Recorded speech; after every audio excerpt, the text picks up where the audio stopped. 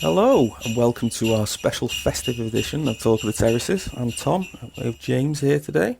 How are you doing, mate? I'm good. How are you? Good. I'm grand. I'm off now for Christmas, so I'm just happily just lying on the sofa with a bowl of Cheetos on my stomach, watching Die Hard. So Yeah. it's everything's good. Yeah, it's a classic Christmas picture, isn't it? Yeah, exactly. Yeah. And with the pound shops being shut, I've had to do most of my shopping early anyway. So Yeah. Everything done on Amazon, is it? Yeah, pretty much. Yeah. Yeah. Have you got a little cheeky drink on the go, or is that for later? That's for later. I might have a little cheeky drink later. We'll see. Yeah. Cheeky freak of the week. Cheeky freak. Yeah. That's a reference dating back, isn't it? Yeah. I know. Yeah. From the birth of podcasts. Yeah. Have you got a cheeky drink on? A lot of mulled wine. Yeah. Drinking a lot of mulled wine, yeah, but it got quite heavy the other night. Me and the wife got through 3 bottles of mulled wine, but we were adding spiced rum to each one. Jeez, I bet you were legless. So it was one of those, at the time when you think, oh, I'm not that drunk. Yeah. And then you wake up the next morning and you go, God, I was pissed. Yeah, it's the problem with drinking indoors, isn't it? Because that sobering, oh my God, I'm hammered moment usually comes when you get up and move to another pub or something. Yeah, you get that bit of fresh air. Yeah, fresh air in your lungs, and you're like, whoa. And usually when I see you in Sheffield, it's like when you get out and the wind and the hills and everything, you're like, oh my God, I am steaming. But yeah, when you're drinking indoors, it's usually when you go to the toilet and you find yourself in the wardrobe that you actually realise how drunk you are. Exactly, yeah. And you've drank a lot when you need to go for an extra wee. Yeah, exactly. It's like normally you can pace it out till when you go to bed, but it's like I need to go now. Yeah, exactly. Drank 2 bottles of mulled wine. Yeah, because you can't stand up. You can't have those little tactical wees that you usually have at half time or anything when you're watching the football. Exactly, yeah. And also, go on, sorry, mate. Which mulled wine was that Gloop Vine you buy from Lidl? This is just mulled wine from Morrison's, I think. Oh, right, cool. Yeah, we have been having the Asda one, but the Morrison's one's a bit more boozy. Ah, right. It's an extra couple of percent in there, yeah. A bit more laced. Yeah, well, we've tried to get some mulled wine, because we normally have some mulled wine, when you put up the Christmas tree. Yeah. But we couldn't find any at local shops, so we had to buy like a Shiraz and just warm it up. Put a Shiraz in the oven. Exactly, yeah. So that was obviously really strong, especially when it's warmed up, you go, I can taste the booze in that. I've never even thought of doing that, That's genius. Yeah. If anyone else is a keen alcohol lover... if anyone else is an alcoholic. yeah, I wasn't going to say that, but yeah. I recommend Gloop Vine from Lidl. It's like £4 and it will get you smashed. Yeah. It's like those Christmas kind of pop-up bars, isn't it, that appear in city centres where you get... I mean, I know that you're a fan of it, but the continental lager, especially the German or the Czech lager. Oh, yes, definitely, yeah. That's what I really miss, is the going around the Christmas market. Yeah. That kind of European food, like the hog burger. I don't like... The hog burger's a bit thingy because he's there looking at you like, you alright? And you're like... while you're eating him. Yeah. So it's a bit... Yeah, it kind of puts you off and stuff. Yeah. Well, it's that thing... There's one in Sheffield and it's like a German sausage. Yeah. Bratwurst. Yeah, that was it, yeah. So, yeah, I always have the currywurst, which is got like curry powder, I think, on it. Yeah. But yeah, it's served you by someone from Leeds. Yeah, exactly. Don't get that German theme with it. When we used to go to the Christmas markets in Manchester, they used to be like, hello, what do you like to drink? From Newcastle. Yeah. No, but they used to be generally Europeans usually that were working there. Yeah. And now it's like, oh, do you want sauce on that, mate? Yeah.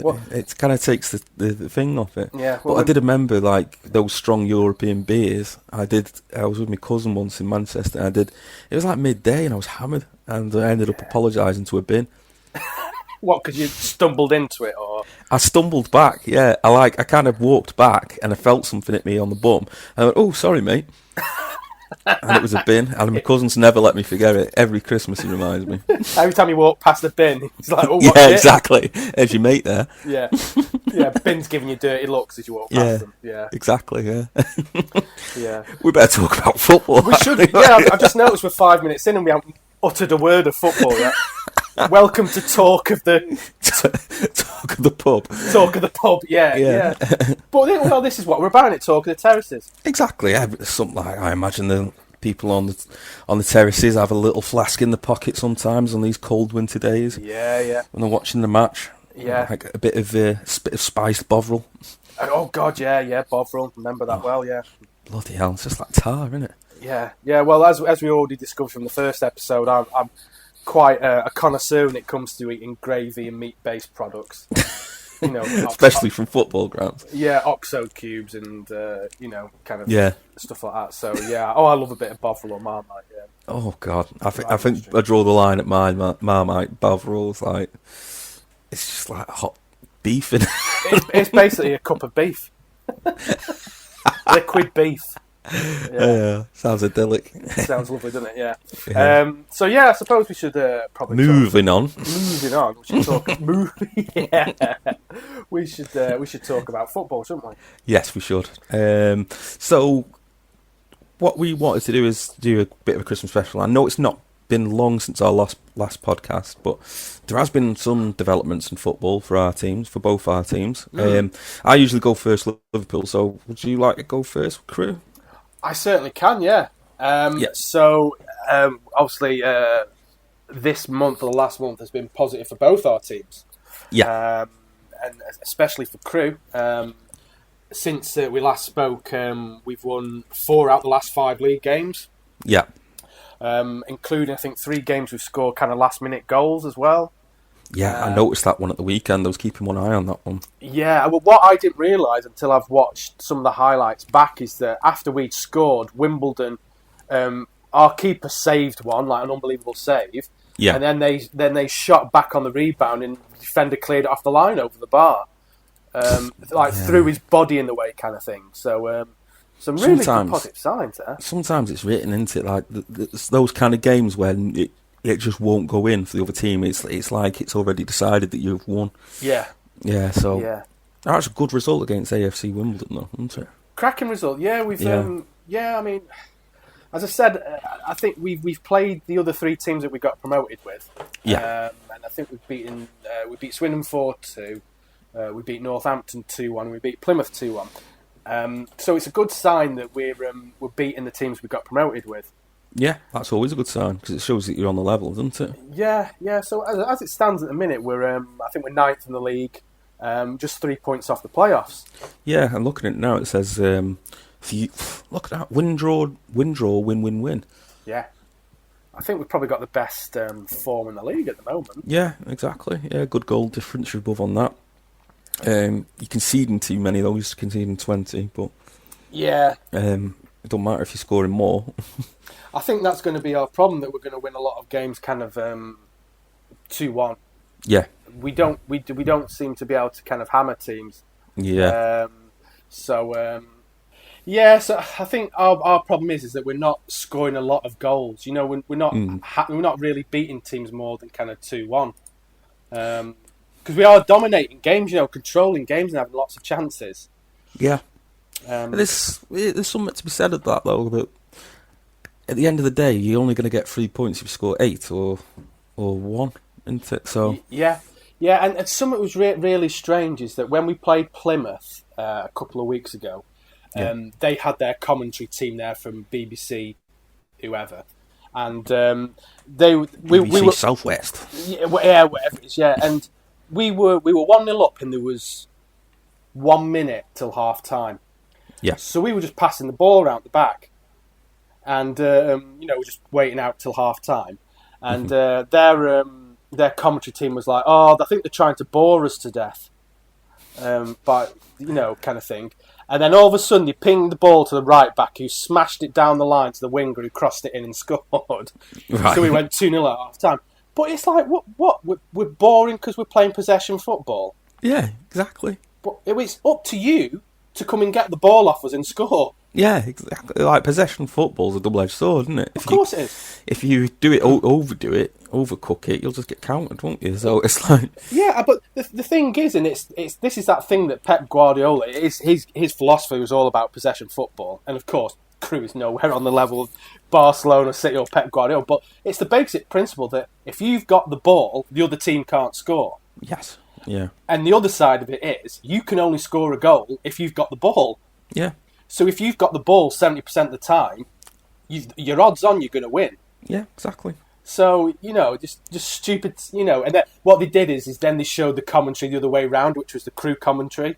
Right. And our commentator saying, "Oh, brilliant football from Crew, just playing down the clock, passing it around, under no pressure." And then the commentator goes mad when it kind of, within like 5 seconds, we've kind of crossed it in and scored a goal kind of thing. Yeah. But yeah, it's just, the thing is though, you can imagine that the other commentators, they're just like media graduates who would know nothing about football. Yeah, it's just, they've got to talk about something and then they end up just talking bollocks. Yeah, well, Pardon the French. Well, yeah. On the other side, though, when I watched Crew play Cheltenham in the FA Cup, and they had the two guys who do the commentary for BBC, once again, whoever for Cheltenham, and they were just talking about, what you're up to this evening. Did you watch Strictly last night? Who's your favourite? Do you know what I mean? Yeah. I mean, the game tomatoes going in your patch. Exactly. It was just really really kind of bland commentary, but. Yeah, so in terms of how the season's going through us, yeah, there was a point when we played Cheltenham in the FA Cup, and it was an absolutely appalling game. Yeah, it was horrible. It was dreadful to watch. Yeah, and we'd also lost a couple of games around that time as well. So yeah, it was looking pretty bad a month ago when we last spoke.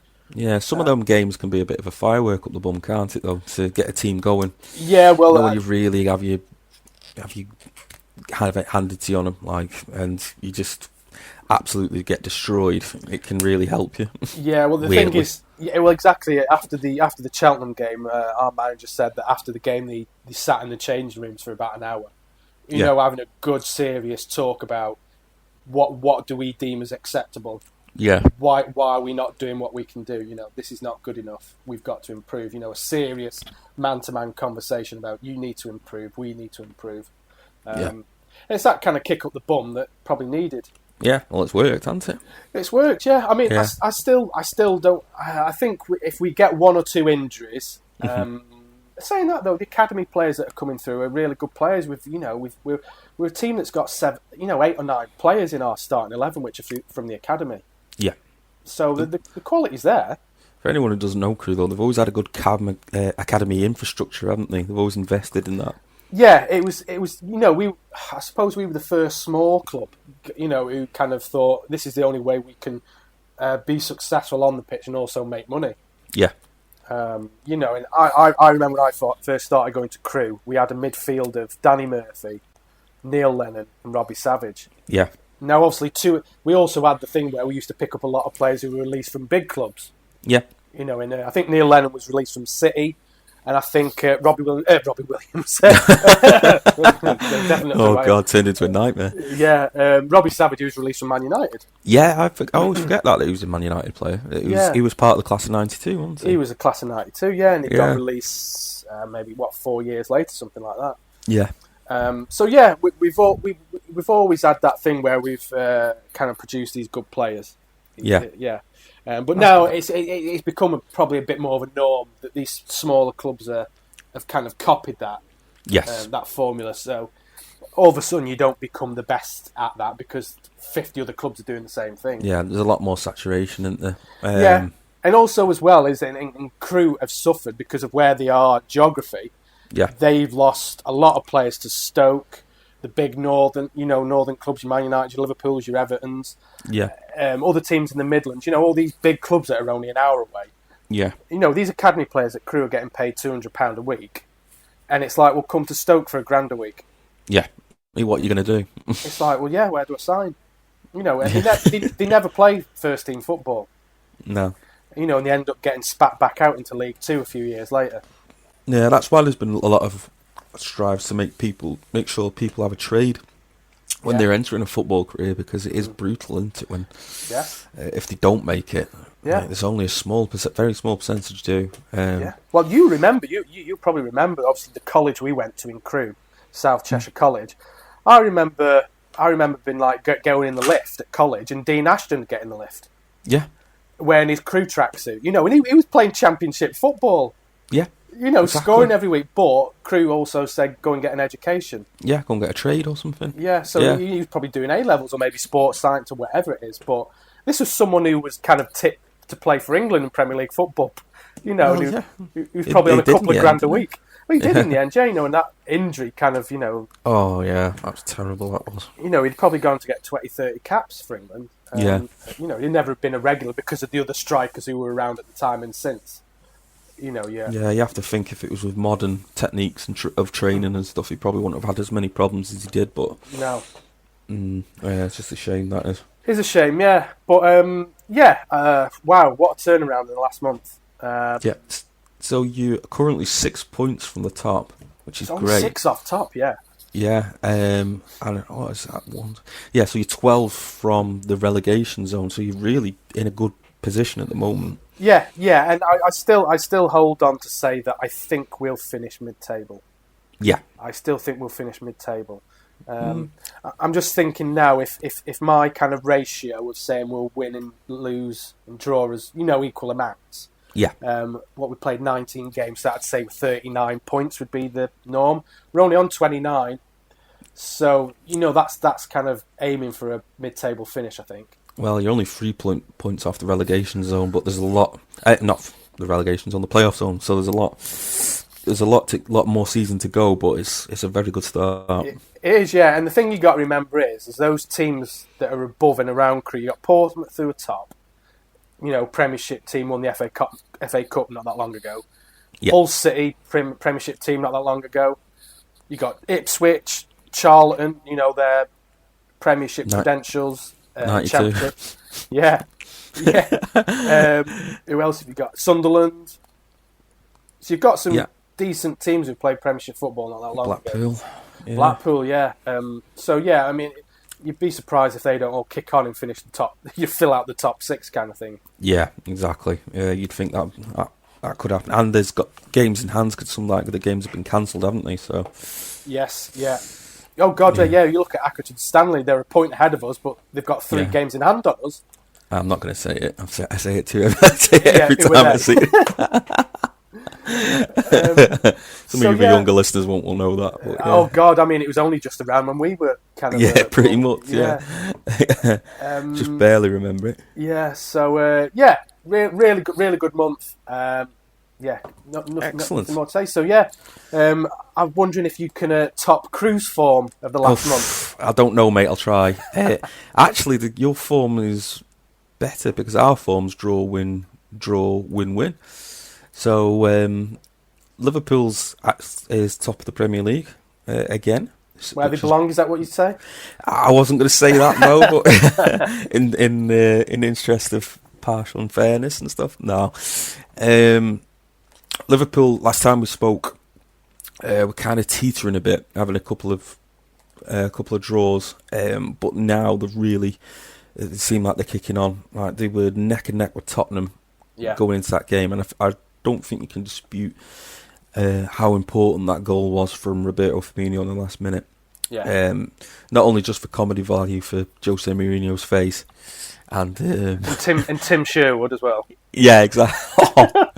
Yeah, if you go on YouTube, type in Tim Sherwood Liverpool, and it's a treat, honestly. Yeah. Because he basically says Liverpool never score off corner. This isn't going to go in. La la la. La. Yeah. Bang. Yeah. And that's why he is doing punditry for Amazon Prime rather than being a Premiership manager. Yeah. You told me about that. I didn't see that. You sent me the clip, didn't you, as well? And, exactly. A couple of minutes later, I went onto Twitter, and Tim Sherwood was massively trending on Twitter. He's rather kicked himself in the nuts on that one. Yeah, I saw someone put Tim nice but dim. So true.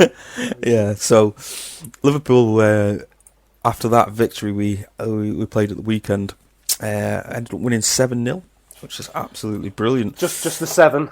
Just the 7 against Crystal Palace, because going into this game 12:30 on a Saturday, I don't know if anyone else is like this, but your team usually doesn't play as well at that time. I don't know why, but they don't usually seem on it at that time. No. And I was thinking the worst, because Crystal Palace have done really good. Yeah. I admire Roy Hodgson, even though he didn't do his best at us and got lost in Morrison's, but he was. He's a good manager. He's a damn good manager for teams like Crystal Palace. So I was a bit worried about that one. But when we scored one really early on, Millimino. Yeah, it was in a couple of minutes, wasn't it? 2-3 minutes. 3 minutes it was. Yeah. We scored that and thought great, but they piled on the pressure big style, and they had a couple where one was cleared off the line near enough. Another one where they nearly scored and just hit it over the bar, and you're thinking, oh God. But then we got another, and then another, and it was 3-0 literally before half time, and then they just basically, once the fourth one went in, they just give up. They started bringing players off. Yeah. We started bringing players on. I don't know if we're in a bad mood or really wanted a big win or something. Yeah, they brought Salah on. Salah was on the bench. Yeah, he's not a bad player to bring off the bench, is he? No, exactly. Yeah. Was that tactical, or was that kind of just to give him a bit of a rest? Do you think, or? I think they told. Well, Mane was on. I think they told Mane he was going to come off at some point. And he's made the change at about 59 minutes or something. And Mane didn't throw his toys out of the pram, but he went off in a strop. Yeah. And just sat in the stand sulking because he probably thought he could have upped his goal tally. Yeah. Now, some people would say, like, oh, why is he acting like that? He's on loads of money and everything. But I think it's great that he's acting like that because he actually cares.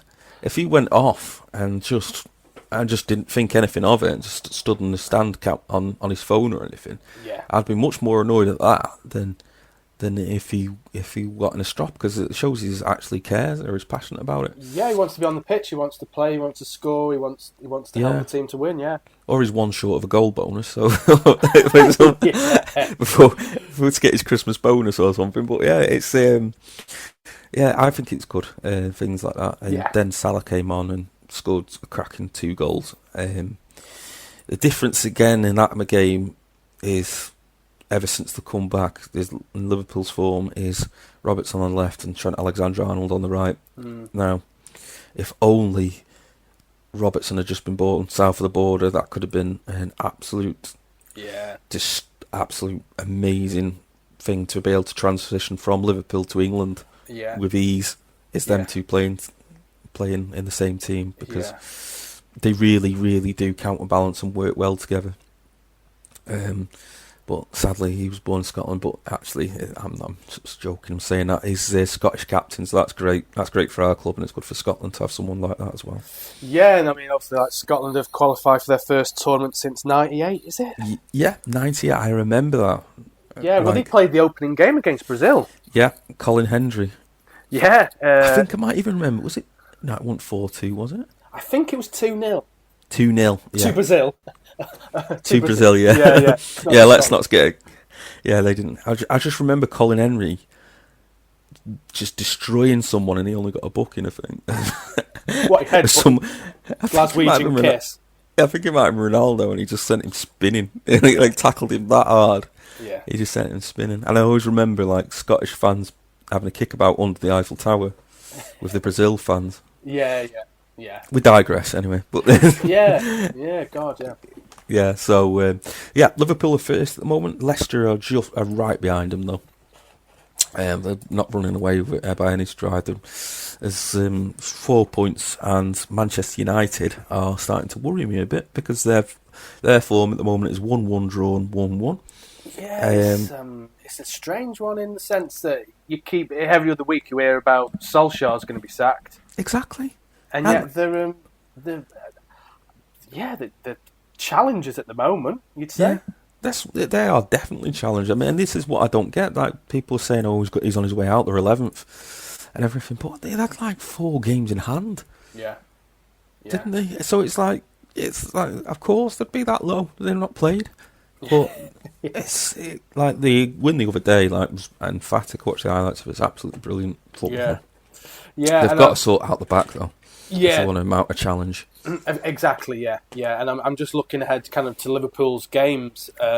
You play Man United in the new year. Yes, 17th of January. Yeah. At home, at least. So we might, depending on how it's, well, who knows how it's going to be in the next few months, But it might have fans, we might not. Might be an advantage, might not. So, yeah, it looks like it looks like everyone might be in tier 4 after the new year. So we'll see on that one. Yeah, it kind of just going back to Liverpool then. So yeah, you're top and you're four clear now. Yeah. Would you consider yourselves to be kind of favourites now, or do you think there could be another twist, or do you think someone could seriously mount a challenge? In normal seasons, I'd say we were probably favourites, but Yeah. with this season, you don't know what on earth is going to happen. We've seen some bonkers results, haven't we, so far in the last 14 games of the Premier League. Yeah. So you really can't predict it. I think it's pretty much open to anyone. There's probably about 7 teams who could mount a decent challenge. Yeah. I think the thing is that the Leicester result, obviously beating Spurs at Spurs 2-0. Yeah. It kind of reminds me of that time when they won the league and they had to go to Man City away. Mm-hmm. And you thought, well, this is where they're going to start tripping up Man City away, and they won 3-0. Yeah. Away, and obviously they just never lost a game on that running to win the title. Just didn't slip up. Unbelievable it was, wasn't it? Yeah, so I'm just wondering if that's a bit of a, that's kind of repeating itself with them just going to Tottenham and winning 2-0. It could be. It could be. I mean, they've got a good manager in Brendan. The team, the players, the fans. He's a quality manager. Yeah. Didn't quite happen with us, but I think they're what definitely challenges. And then you've got your underdog. You got your likes of Tottenham, City. They can still go for it, but then you got your underdogs. You got like that there, Everton. Who could mount a decent challenge as well.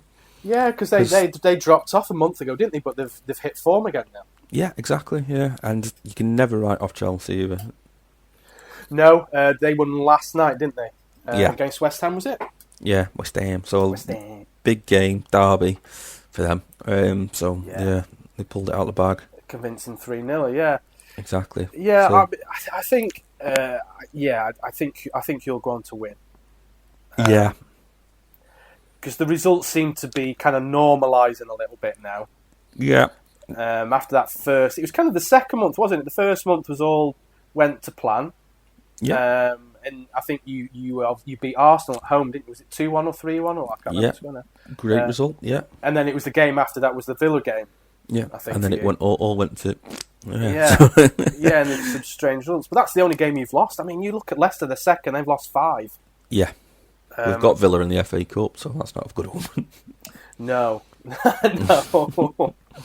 Yeah, I think January will be where we win it or lose it. Well, yeah, you've got Southampton, haven't you, I think? Yeah, we've got Southampton. Difficult game. In the Premier League, we've got United. We've got Burnley. Yeah. Happy place, Turf Moor. We've got Tottenham Hotspur and West Ham. So it's definitely a month where we could... But then February's looking a bit dicey as well. We've got City and Leicester, one after the other. And Everton.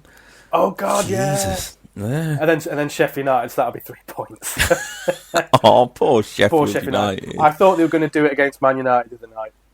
No, it wasn't to be, was it? No, they kind of... Yeah, 1-0 up and you thought maybe... And oh, no. Just looking at your fixtures, kind of, it could... Let's see where you are at the end of February. Yes. Yeah, that's it. This is where it's going to be decided. Pretty much in those next 2 months. After that, I'm not saying it's plain sailing after that, because we've still got to play United again. If you were 6 clear at the end of February, you think, everyone's fit. Yeah, exactly. And Van Dijk's just coming back or something, maybe. Yeah. What's the latest on him? Anything ahead of schedule, or is it still looking like next season? Still looking like later part of this season, if. Yeah, that's the best efforts, I think. He is in physical training, in the gym and everything at the moment. Yeah. So that's a good sign, but, the difference between going to the gym and playing 90 minutes on a field is massive, so, yeah, it's all dependent on that, really. Yeah. Yeah. So, wow, some really positive news for both our teams this month. Exactly. And join us next month when we'll be talking about how it's all gone wrong. Yeah, we've lost 4 out of the last 5. Yeah. Well, what will be interesting is for our listeners is that obviously next month we will review our season's predictions. Yes, mid-season review. Which just having a quick look. Not that bad, I think, mate. I can't remember a couple of my original predictions, but I think we're both kind of on the money. Yeah, I think so. I think we're up there, aren't we? I think I predicted City were going to do a lot better than they have. Yes. But yeah. I think we've done quite well towards the bottom of the league. Yeah, 2 out of the 3, I think. Yeah. Sheffield United surprised me. They're the shock one. Yeah. Sad times for them. After last season. It's well, I'm just looking at it now. I was just about to say it still might not be over, but yeah, it's over. They're only got 2 points, and they're out of the relegation zone is 12, so they need to gain 10 points somewhere. Yeah, and Derby fans are licking their lips. With is it the 9 points they got in that season? Yeah, pretty much. Yeah, so they're hoping. It might have been 8. We'll have a quick look. Derby County lowest points. What did they get? I think that was our biggest win at Anfield. I think it was like 8-0 or something. Was it 11 points they got? 11 points. 11 points. Yeah. Yeah, Derby must be open. Yeah. Wow. Yeah. So there's every chance that Sheffield United might. I'm just looking for that result that you're on about. Liverpool at home to Derby, 6-0 it was. Oh, 6-0 was it? Oh, only 6-0, yeah. Only 6. Yeah. Pittance, Terrence. Yeah. So, it's turning out to be a very interesting season.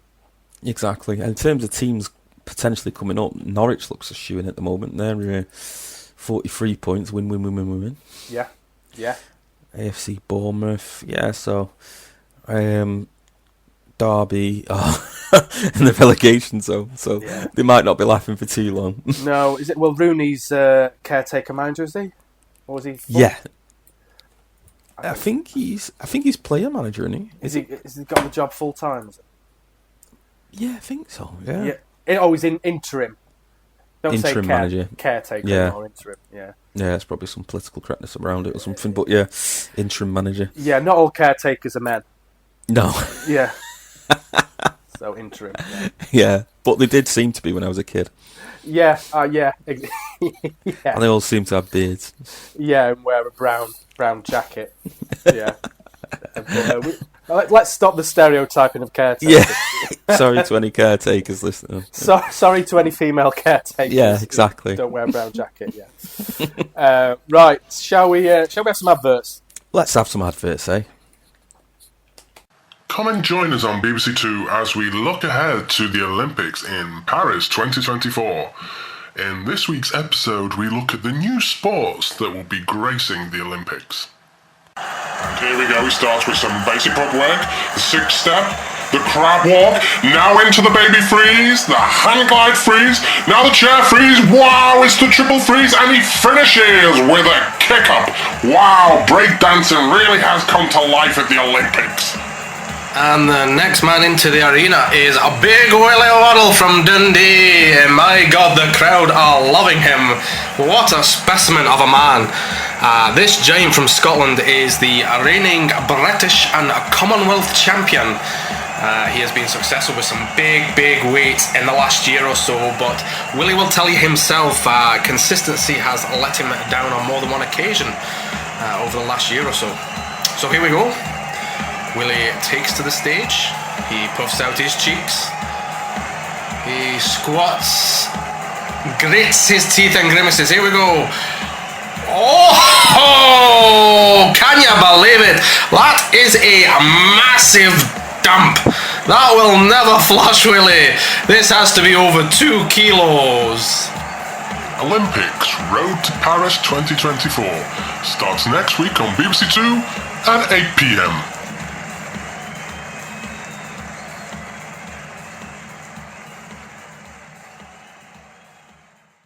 Now, a message from His Royal Highness, Prince Charles. Good day.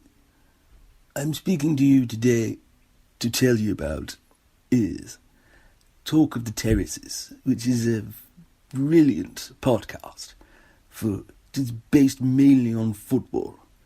What I want to do is do my own podcast about polo.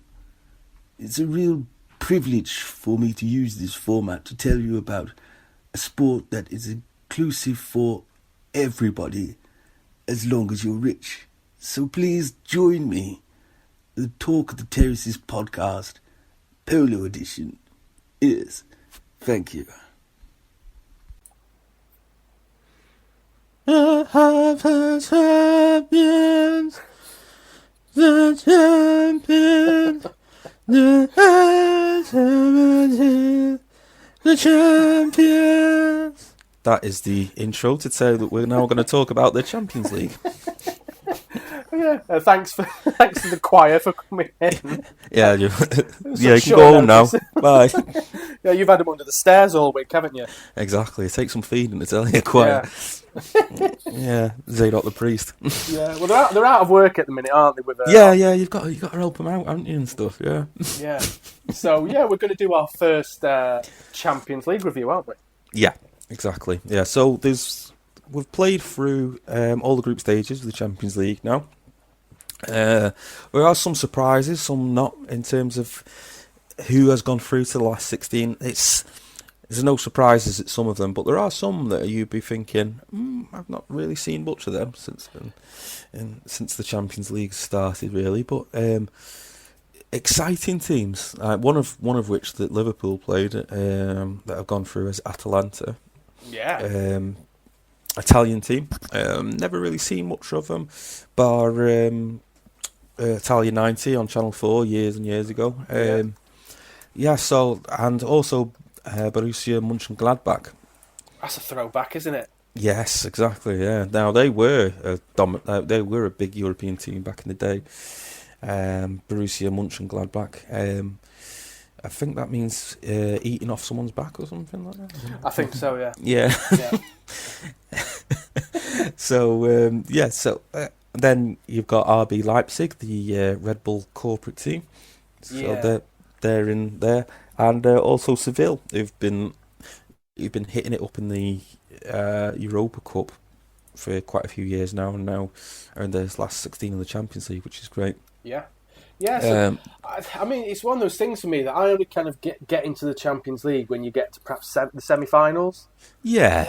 You rarely get a tasty group, do you? Yeah, it's one of those things because obviously I don't follow anyone, who'd be playing in that. Obviously, because we're never going to play in Champions League.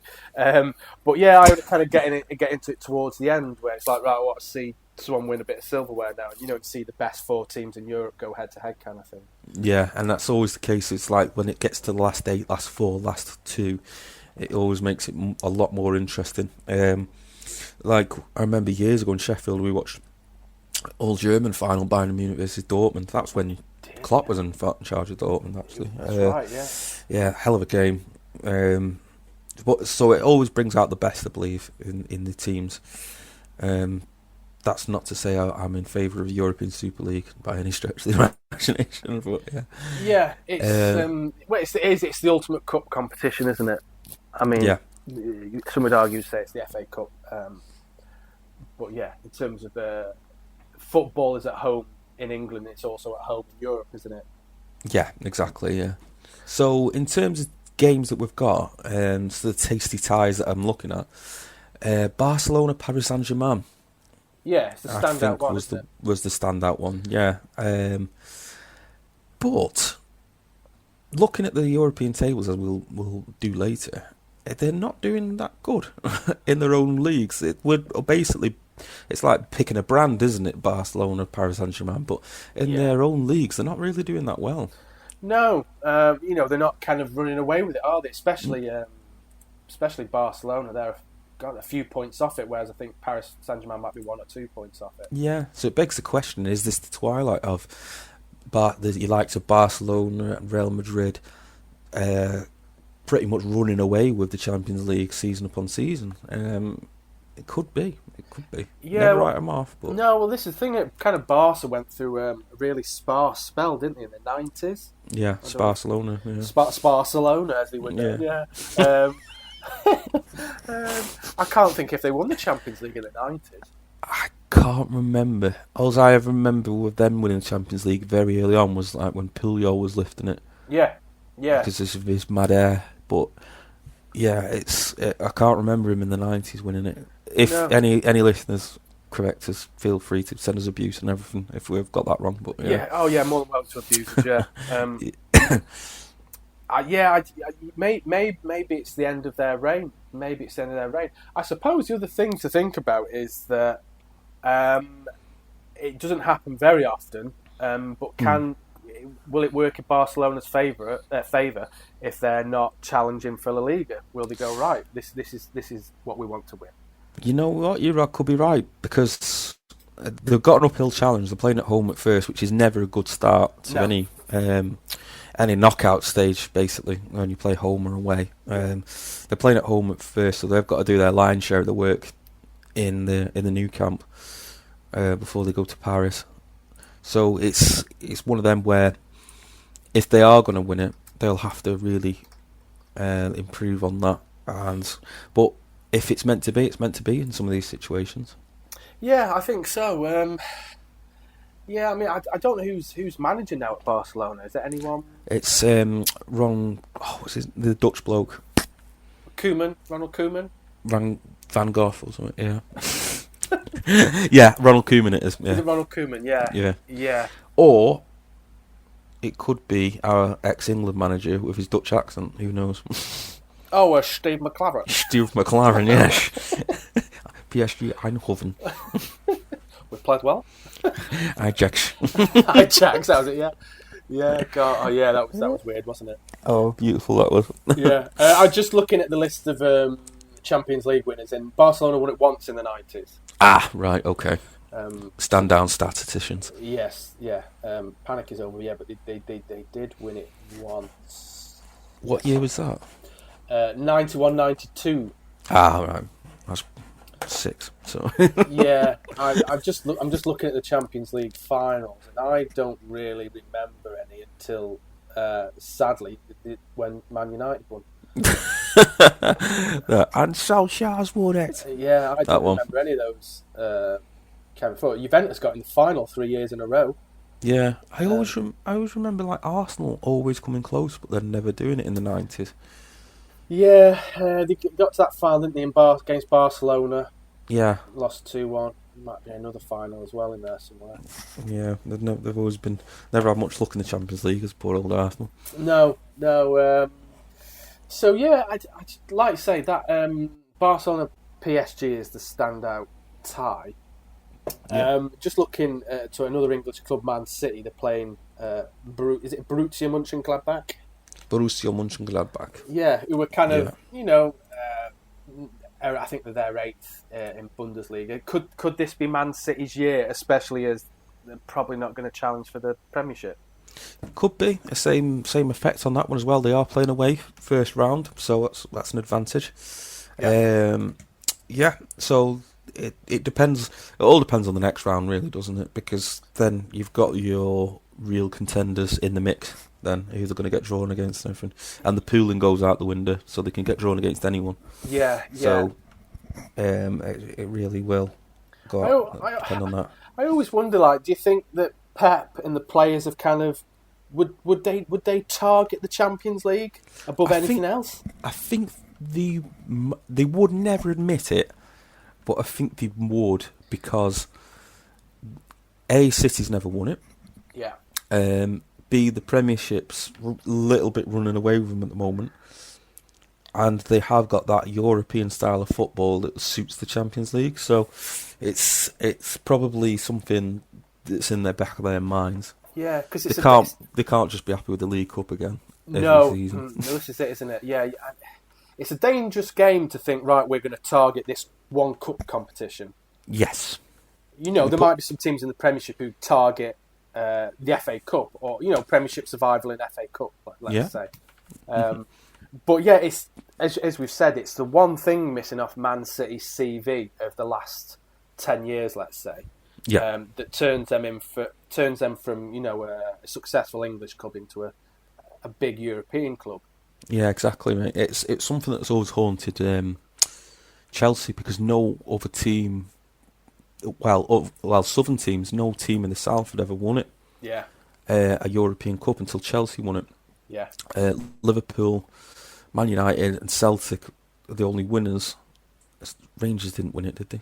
No, they won the UEFA Cup, I think. Yeah, that's it. Yeah, so those are the only 3 teams in the British Isles that have won it. So no team outside the Northwest won it in England. So it was a big scalp for Chelsea to get that, to be the first team in the South and in London specifically, with all them teams around, and to say we have been the European champions.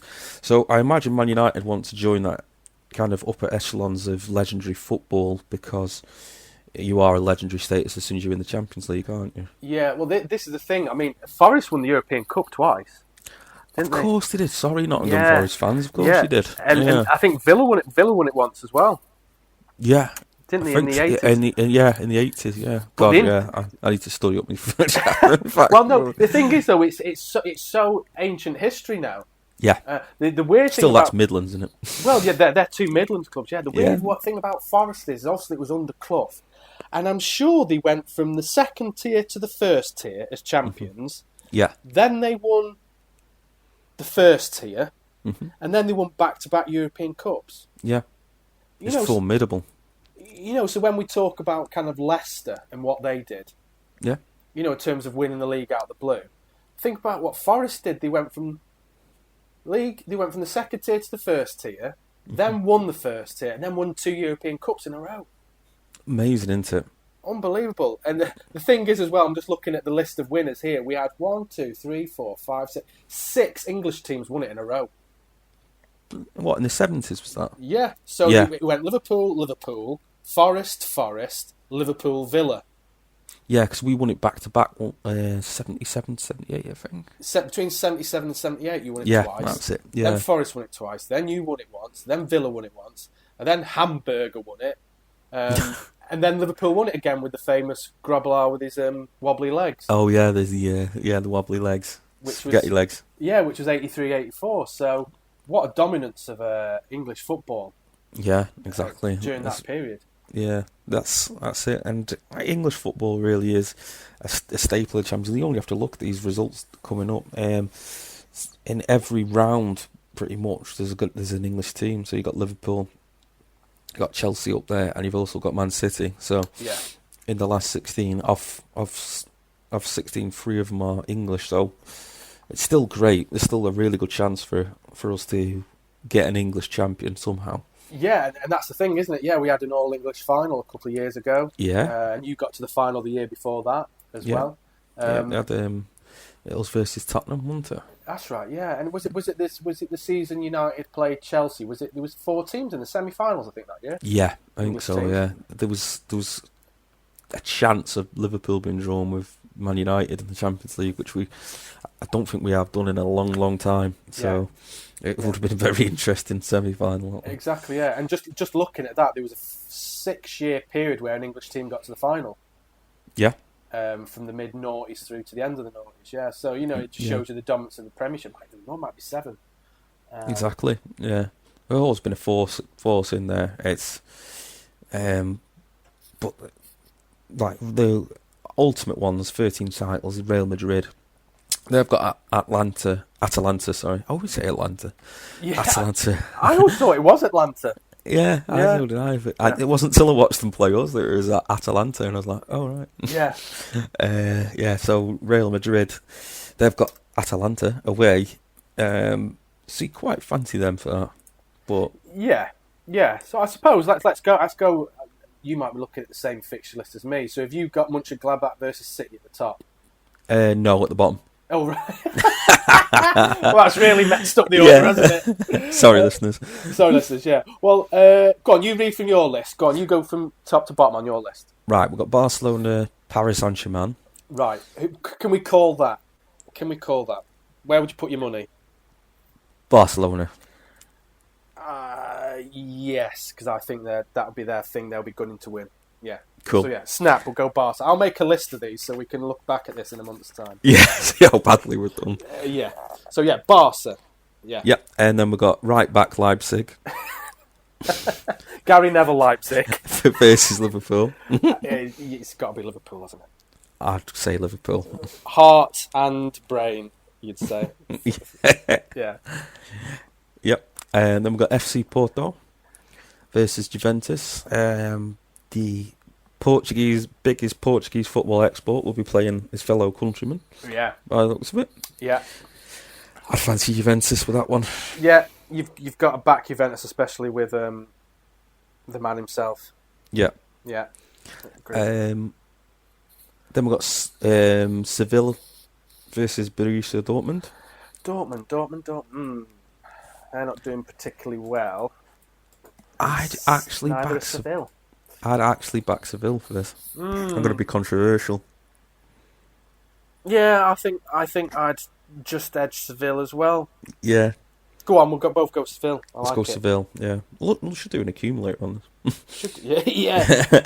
Stick a quid on it. Yeah. No, not that we gamble, listeners, and we don't endorse gambling at all. Yeah. Next one. Stop when the fun stops. Yeah, exactly. Guys. Yeah. When they say stop as well. Atletico Madrid versus Chelsea. Atletico are top, I think, aren't they, of La Liga? Yeah. And Chelsea are obviously in got Frank Lampard. I've got Fat Frank. Dead Frank. Dead Fat, yeah. I think I'm going to go Atletico. I think I'm going to go score draw. No, I'm going to go Atletico. We're both going Atletico. Fancy Atletico. Then we've got Lazio versus Bayern Munich. Bayern, I'd go Bayern. Bayern, every day of the week. Yeah. They won the treble, didn't they, last year, I think? Yeah. And they're steaming ahead in the German league again. Yeah. Surprise, surprise. Surprise, surprise. Yeah, Bayern. Atalanta, Real Madrid. Can't look past Real Madrid. No, neither me, mate. And finally, Borussia Mönchengladbach versus Manchester City. I'm gonna go City. Yeah, me too. I think they might be kind of focusing all their efforts on this. Yeah, I think so too. Mönchengladbach haven't been in it in a while. You have to have a bit of experience of this competition sometimes, but yeah, I mean the risk is for City. Obviously, if you finish outside of the top four, what it is for the Premiership, but you've won the Champions League, you qualify for it the following year, don't you? I believe so. Yeah, I think they changed that rule, didn't they? Yeah. Well, it was for Liverpool, wasn't it? Was it 1 year you won it? You didn't finish in the top four. 2005, and we finished fifth. Yeah, and they had to change the ruling, didn't they, to allow you in? Yeah, at the expense of Everton. Oh God! Oh yeah. I bet there was some arguments in households around Merseyside over that one. Jeez, yeah. So it's a dangerous game for City because at the moment they're not going to finish top four. So if they get knocked out, do you think Pep's going to stay around without Champions League football? I don't think so. Not with Barcelona doing so bad. No. Because they'll come calling again soon. Possibly, yeah. So it's a big shout for City. They've got to go. They've got to win it. They've got to go for it, yeah. Full throttle. I mean, you'd still expect Man City to come good and then kind of creep into the top four at least. Yeah, you'd think so, wouldn't you? Yeah, but if they are kind of focusing their attention on this. Also, these games are going to be played 16th, 17th, 23rd, and 24th of February, so it's a bit of a distance off at the moment, isn't it? Yeah, God, yeah, it seems miles away, doesn't it? Yeah. And it is miles away, yeah. I think that's the same every season, isn't it? I think they have a big break with... Is it because they normally have the winter break in some countries, don't they? Yeah, I think so, yeah. So there's a big break between us and at that time. It's nearly 2 months, isn't it? Yeah. So, yeah, interesting. Yeah. I've just thought of something actually that I wanted to tell you about, and now is a perfect good time while we're talking about European football. When Liverpool won the UEFA Cup, 15 years ago, something like that, was it? 20 probably. 2000, 2001. I think. Yeah, and what kind of tied it all together? They weren't talking about it, but Gerard Houllier was in charge, wasn't he? Yes, exactly. Yeah. Who obviously we send our condolences, don't we, to? Yeah, we lost him unfortunately. Wonderful manager, and I know when people pass, they always say he was a great person, but there's genuinely an outpouring of grief that he was such a nice guy, and he seemed it. Yeah, and He was nice to me anyway. He waved from me from the bus when they brought them 3 trophies through Liverpool. well, that was it. Yeah, he won the treble, didn't he? Yeah. Yeah, I think Gerrard spoke recently about did he ring Gerrard up for some advice, and at the end up his wife was giving him some tactics or something. Something like that, yeah. But yeah, the story I've heard is that when you played the semi-final, which was against Barcelona, it was the same evening and at the same time they were going to find out who shot Phil Mitchell. Really? In EastEnders. So Liverpool applied to UEFA to see if they could delay the kickoff by 15 minutes, so that people at home and people in the ground could find out who shot Phil Mitchell and then watch the game. That's nuts. So UEFA agreed to delay the kickoff by 15 minutes. Oh my God, that's some good trivia for you, listeners. Yeah. So I think there was something like 20 million people tuned into EastEnders to see who shot Phil Mitchell. Yeah, like Sharon. So yeah, there's a little bit of a little bit of trivia there for you. A little bit of trivia, yeah. I was amazed by that, yeah. Yeah, exactly. You wouldn't think it'd matter. What do you think that them two don't align, soaps and football? Yeah, but I don't know if it might have been pushed by the TV company at the time. We're thinking, God, we're going to lose a lot of maybe viewers, and they're not going to get the sponsors, the adverts kind of thing. I remember like Wednesday night used to be Corrie night, and if the Champions League was on Liverpool, that was it. My mum was like, bloody football, ruining them. Exactly, yeah. Corrie's delayed. Yeah, well that's it, yeah, and then if it goes to extra time and penalties, it's, Yeah, exactly. The news is bush then. Yeah, and it was always one of those things, I don't think it's happened the last few years, but you used to kind of go to watch I'm a Celebrity on a Wednesday night, and it'd be an England qualifier. Yeah. On ITV, they're like, I'm a Celebrity's not on tonight. Yeah, and it's England versus San Marino. Yeah, exactly. Yeah, so yeah, that's our take on the Champions League. That's the Champions League roundup. Yeah, Champions League roundup. Yeah, very excellent. Good. Shall we hear from our sponsors? Let's do it. Come and join us on BBC Two as we look ahead to the Olympics in Paris 2024.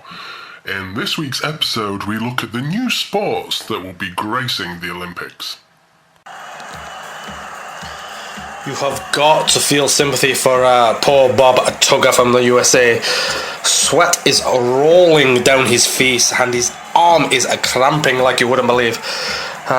He's been at it for just over 28 minutes and he is still going, and he is still to record an attempt in the men's 8-inch jerk and jizz. Yes, I have to agree with you. Poor Bob. He's been training for years and no one deserves it better. You can see his members starting to turn quite blue now as he masturbates frantically like Safari Park chump. Olympics Road to Paris 2024 starts next week on BBC Two at 8 p.m.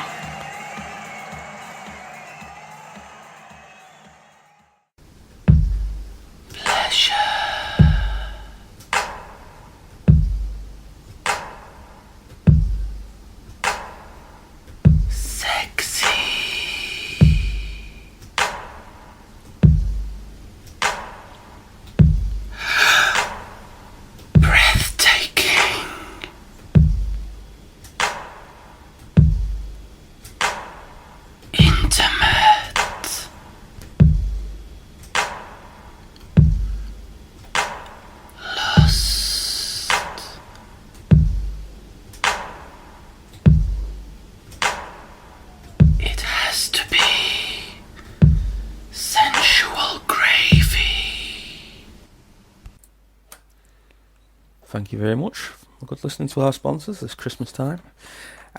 We've covered the Champions League, but I think it's important to get a bit of backstory to where they are in the Champions League. We've touched on it, but where the European leagues are up to at the moment. Because normally you'd look across the top of the leagues and you'd think, with your eyes shut without even looking, you'd think Spain, Barcelona are going to be top. Italy, Juventus are going to be top. France, PSG are going to be top. But looking at it, it's not that way this season, which makes it quite interesting and makes us, what we've discussed before, me and you, of football turning on its head a bit. Yeah. Spoiler alert, Germany, we Yeah. They're top. Munich are top. So yeah. But the other three main ones seem to be the same. Yeah, and it seems to be this this thing with no fans in the stadium. Seems to be having a knock-on effect at a lot of the big clubs. Yeah, exactly. A lot of the big clubs. Yeah. So which league do you want to look at first? Should we go alphabetical? Alpha. And the most boring one. So we'll go. Yeah. We'll go Deutschland. Deutschland. Bush, German football. Actually, that's not alphabetical because if we were doing alphabetical, it would be France. Wow, what's that called? Isn't that called Liga? No. Yeah, no, actually, I'm right because the German league is Deutsche, so that's fine. I was right. We're all right. So, Carry on. so we'll carry on. Got around that one. Yeah. Okay, it's German league. Surprise, surprise, coming in with 30 points is Bayern Munchen. Yeah. But they're not stealing a march. They've got Bayer Leverkusen only 2 points behind them. Yeah. You can see there the obvious problem is that goals. Well, not that the obvious problem is goals against. Yes. Out the top six, they've got the worst defence. Yeah. Which is mad for the team that's top. However, they have scored 11 more goals than the second highest scorers already. The top four, they've all only lost once. Oh God, yeah. Wow. So it's quite, it's quite one-sided in that respect. Exactly, yeah. So it's a bit strange, that one. Yeah. Surprise of that table, looking at it, is Borussia Dortmund are in fifth. Yeah, you've got Dortmund who are fifth. You've got Mönchengladbach who are eighth, who are obviously in the Champions League still. Yep, they're the ones playing City, so they're not doing too good at the moment either. No, Red Bull Leipzig or right back Leipzig. Yeah, Says you've just called them Gary Neville. We'll call him Gary Neville Leipzig. Go. Yeah. Oh, that's good. That's good to go. Gary. Yeah. And then Wolfsburg, the home of Volkswagen, they're fourth. Yeah, so they've come from nowhere. In terms of teams, especially Leverkusen as well, they're doing quite well. Yeah, and what's surprising is when you kind of don't really look at other European football. Yeah. For any period of time, and you come back to it, you start seeing teams like Union Berlin.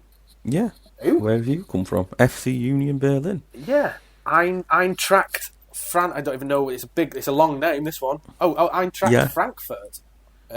Yeah, Eintracht Frankfurt. Like one track Frankfurt. Isn't it one track Frankfurt? It's surely that's a sponsorship thing, is it?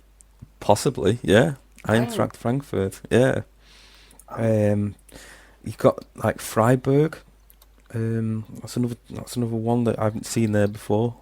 And then the ones you have seen before, like Köln. Köln, yeah. Hertha Berlin. I've seen a word FC of Bremen. Bonn. Yeah, and Mainz. They were who Klopp used to manage, and they're in the relegation zone with 6 points. Oh wow, okay, yeah. Schalke, I'm sure they were playing European football. Schalke definitely were, yeah. At least Europa Cup football. And now they're rock bottom with only 4 points. Yeah, and Armenia are 16. Yeah, Armenia, they've given up with the... giving up with international football. Yeah, they've just fancied a pop at the German league, yeah. So Armenia, Bielefeld, are 16th at the moment. Yeah. So it's quite interesting. Yeah, once you start looking at it and look at the details, obviously Bayern Munich thing is that they're probably looks like they're winning games 4-2, 4-3 every week. Yeah, and look like they're going to win the league. But even though on that, Leverkusen, if they'd lost the last game, if they would have won it, they would have been above them now. So still not over for them. It's not as clean cut as I thought. Yeah, if you just looked at the league positions, you go, as expected, apart from perhaps Dortmund. But exactly. The points tell you a different story, I suppose. Yeah, exactly. Yeah, Stuttgart in 7th, home of BMW. So it's not a good start for the car manufacturers. No, it's not. It's because of lack of imports. Yeah. They haven't been able to get parts or players through the tunnel. Yeah. Right, let's move on to the Frankreich League, the French League. The French League. League One? Or is it Liga One? Is it called? French Liga 1. France League One. Liga 1.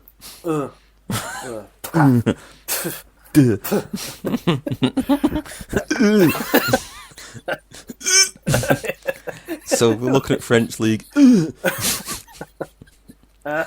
at the moment. Sorry, listening. Lille atop. Lille. Lille. Lille. I thought that's like French cheese or something, but they're now top of the French League.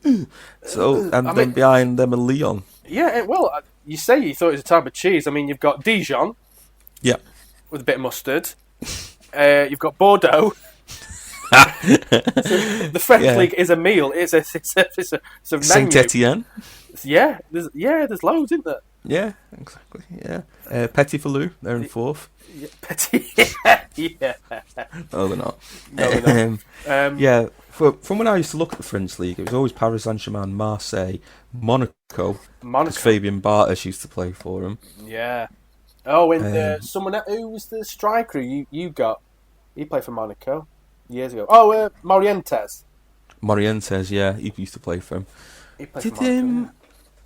Did that one that played for Celtic, the Swedish one, what was he called? Larson. Yeah, did he used to play for him? I'm not sure. Yeah. I'm not sure. We'll get back to you on that one. But yeah, it's, so Lille are doing quite well. They're joint top at the moment with Lyon. Yeah, so it's once again that thing that if you just looked at the table, you'd expect to see PSG top. Yeah. So PSG are nearly top. They're a point behind at the moment, which isn't great, but they are still up there. But you'd always expect them to be about 10 points ahead around about this time of the season. Yeah. Yeah. 11th, there's Brest. Yeah. Yeah, so... Brest. Some strange name. Angers. Angers. Yeah. Brest and Bangers. Yeah, there's some strange names. The thing is with the French league is, apart from, like you said, the top 2 or 3, then it's like... Yeah. You know, it's not a strong league. It's only been made stronger in the last 5-10 years because of, obviously, PSG have started spending, haven't they? Yes, exactly, yeah. So, I always remember Marseille being up there, but, yeah. Yeah. Yeah, I mean, there's nothing much to say about the French league, really. It's going to be... I'd still expect PSG to win it, because like we said, they're only 1 point off the top. Yep. Once again, they look like they're the biggest scorers in the league. Yep. So yeah, I wouldn't look past PSG that much, really. Okay, let's move on to Italiano Serie A. Yeah. And now we're going to take a journey back to the 90s by the look at this table. Wow, because yeah. at the top, we've got AC Milan, followed close in behind by Inter Milan, followed close in behind by Juventus, and then followed by Roma and Napoli. Yeah. So that's pretty much a lineup you'd expect, bar Fiorentina, who are languishing down in 16th at the moment, that you'd expect from watching Italia 90. That bald bloke sitting outside a cafe having the best job in the world. Oh yeah, What he does Does he do BT Sport now or something? I think so. Yeah. Yeah, I know you. He just used to sit there, surrounded by loads of Italians and just talking about football. And yeah, crap stuffy job. kid. I know. Yeah. Yeah. I suppose that's the thing, actually, isn't it? That used to be that was a memory of the 90s, wasn't it? On a Sunday afternoon. Yeah, Football Italia. 4. Not Italia 90. That's a totally different thing. Yeah, but a lot of these teams do kind of strike a chord in terms of that you do remember them. Yep, used to wake up about 10 o'clock, 11 o'clock, play a bit of Time Crisis, and then put on Italian football. Yeah. It's kind of a bit of a memory of mine, eating Sunday dinner watching Italian football. Yeah, exactly. Watching him say goal for about 5 minutes. Yeah. Go Lazio. Yeah. I mean, it's great to see the two Milan clubs up at the top there, followed by Juventus. Like you say, Roma. Exactly, because when I previously checked, they've been languishing, both of them have been languishing around 8, 9, 10, all over the place. So really not been the usual selves. Yeah. And the San Siro, That always used to be my favourite stadium when I was growing up, but I think they've demolished it now, haven't they? Oh, have they? I think so. Yeah, because it was a real kind of a completely different ground, wasn't it, to anything else? Because that always struck me as like a modern stadium. That always looked to me like something out of the future. Yeah, they had the 4 big pillars, didn't they? Yeah, exactly. And then they're like the corners for the TV and everything. Yeah, I'm just looking. I think it's still there. I think they're still using still it. kicking on. Yeah, AC is still playing there. I'll just check if Inter are. Inter's still San Siro as well. Yeah. Yeah, because I don't think you'd get that much in England, would you? With them actually sharing a ground. No, I'm trying to think. Is there any clubs that have ever shared a ground? Yeah. I don't think It's a potential replacement was slated before COVID, pretty much. So I think that's probably been kicked into the long grass now. Yeah, it makes sense, doesn't it? Yeah. Just looking at the previous winners, Juventus have won it in the last 9 years. 2, 3, 4, 5, 6, 7, 8, 9. 9 years in a row. Obviously, Juventus got a similar thing to Rangers, wasn't it? But theirs was different, wasn't it? It was to do with cheating, wasn't it? I think. Yes, Juventus. that was it. Yeah. They got binned to the bottom league and had to make their way back up. Yeah, which isn't too much for jaunt for clubs like this, really, is it? No, but yeah, and then they've won it 9 years on the spin. Yeah. I'm just wondering why they put a little special icon next to that there. Oh, okay, so it's just saying that they won a double on a lot of those years as well. Yeah, they have got the by the looks of it, they have got the UEFA Nations League finals coming up in 2021 there, so it's still well in use. It's not been demolished yet. Yeah. So it's good to see those 3 big clubs back where they belong. Yeah, but obviously they're trying to knock Juventus off the perch because they've been absolutely hammering it for the last 9 years. Exactly. They'll want to make a dent this season. One of them will want to win, definitely. Yeah, and obviously I'm just going to have a quick look at the fixtures because I hope the Milan clubs play each other last game of the season. Oh my God! Can you imagine if they were level on points? Yeah, I don't think they do. No. That'd be huge, wouldn't it? Yeah, I wonder if they're playing each other soon. Actually, no. Have they already played each other? It's not until February. They play each other in February. Right, fair enough. Yeah, it would have been a cracking end to the season, the Milan derby for the title. Wow. Wouldn't it, eh? Yeah. Yeah. So, who would you just have a quick look at? Goals for, goals against. Oh, God, try and pick something out of that. Milan haven't lost yet. Yeah. Yeah, maybe. You can't call that. I'd probably bet. Yeah, if I was a betting man, I'd probably put it on AC at the moment, but... Yeah, the top, and they also haven't lost. Yeah. Probably just edge towards AC. Yeah, if it's very close. Yeah, that's strange because if they have, because there's no fans probably going in Italian stadiums at the moment. If they have where one of them's playing the other and the other one's home and away, it doesn't even matter because it's the same stadium. None of them have got fans in. No, so it's kind of weird. Yeah, that's will make it very interesting. That. Yeah. It looks like probably I think so far the most interesting European league. Yeah, out of the 3 we've looked at. Yeah.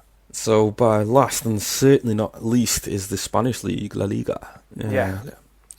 So it's quite surprising that Atletico Madrid are top, but then again they are a great team. They are a really good team. Yeah. What is surprising? Been around, haven't they? Yeah. Yeah, what is surprising is Barcelona's position, 5th. Yeah. I don't think I've ever seen that in my life. No, and when we just looked at PSG, who were top, they were only a point, 2 points off top. Yeah. We've seen Juventus there; they're perhaps a win away from being top. Barcelona are a good 8 points adrift of top. Exactly. And Atletico Madrid have got a game in hand on them who are top, so they could be 11 points adrift. Yeah, and Seville, who's below them, so they could leapfrog them. Yeah. Seville's got 2 game in hand over them, so they could go over them. So, Ron Koeman must be having a bit of a torrid time of it at the moment. Yeah. Just looking at they're obviously the joint top goal scorers, Barcelona. Yeah. With Real and Real Sociedad. Atletico only 1 behind, but obviously the Barcelona's problem is goals conceded. Yes, by the looks of it. And they didn't even finish top of their Champions League group either. Oh, did they not? Right. Wow. No, they were on points, they did. They were joint top basically with Juventus, but they still didn't run away with it. Where Real Madrid finished top of it, but it's Barcelona. I do not know what's going on there. I can't see Mr. Ronald Koeman lasting long if things don't change there. No, and maybe similar to Man City, they may kind of focus their attentions on the Champions League. Yeah, exactly. What I'll get if he wants to keep his job, he'd have to bring home something big like that, wouldn't he? Exactly. Yeah.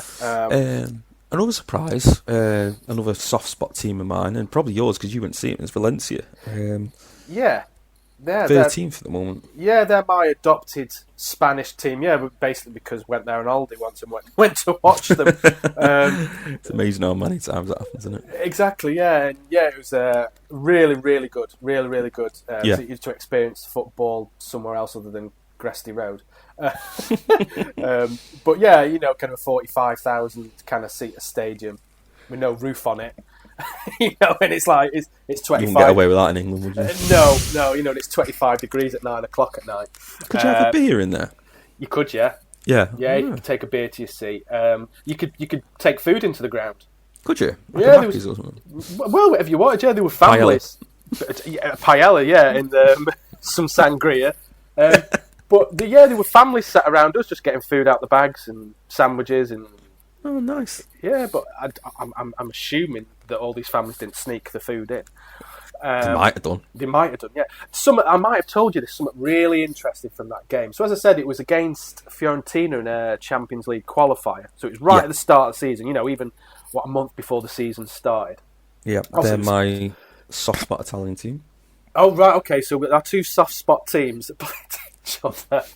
Yeah, you have a soft spot team in each country, don't you? You do, of course you do, yeah. And what was really strange is that they had this big kind of military band on the pitch, and it was really good atmosphere.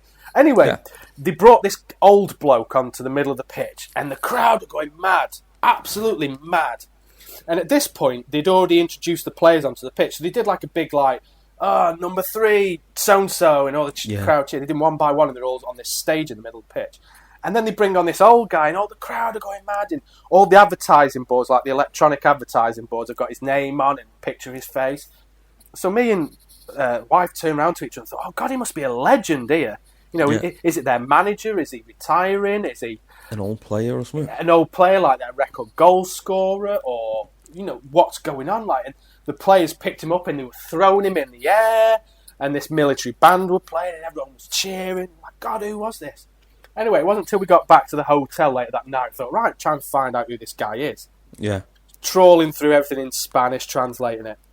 It turns out this guy was the kit man who was retiring at the end of the season. Good God, that's great, isn't it? It was like this absolute legend. It was kind of like Steven Gerrard retiring at the end of the season. Yeah, making a big fanfare of it and everything. Yeah, he's our absolute club legend. I just couldn't believe it. He's the kit man. How good those are was that? And yeah. Because you forget that football's not about 11 players. There's about 15 times more people in the background making it work, aren't there? Yeah, and I'm guessing he's probably been there. He'd say he was in his 70s, you'd say. He's probably been there for 50, 60 years. He might have been Valencian, born and bred kind of thing. Yeah, possibly. So, that was, amazing. Yeah. But, going back to La Liga, it's very similar to Italy in terms of you've got the two Madrid teams at the top there. The big city there. Yeah. Villarreal, they're actually only down the road from Valencia, I think. Villarreal. Yeah, I think so. They're like the local rivals, Villarreal and Valencia, I think. Yeah, I need to look into this, but doesn't Real mean royal? I'm guessing so, yeah.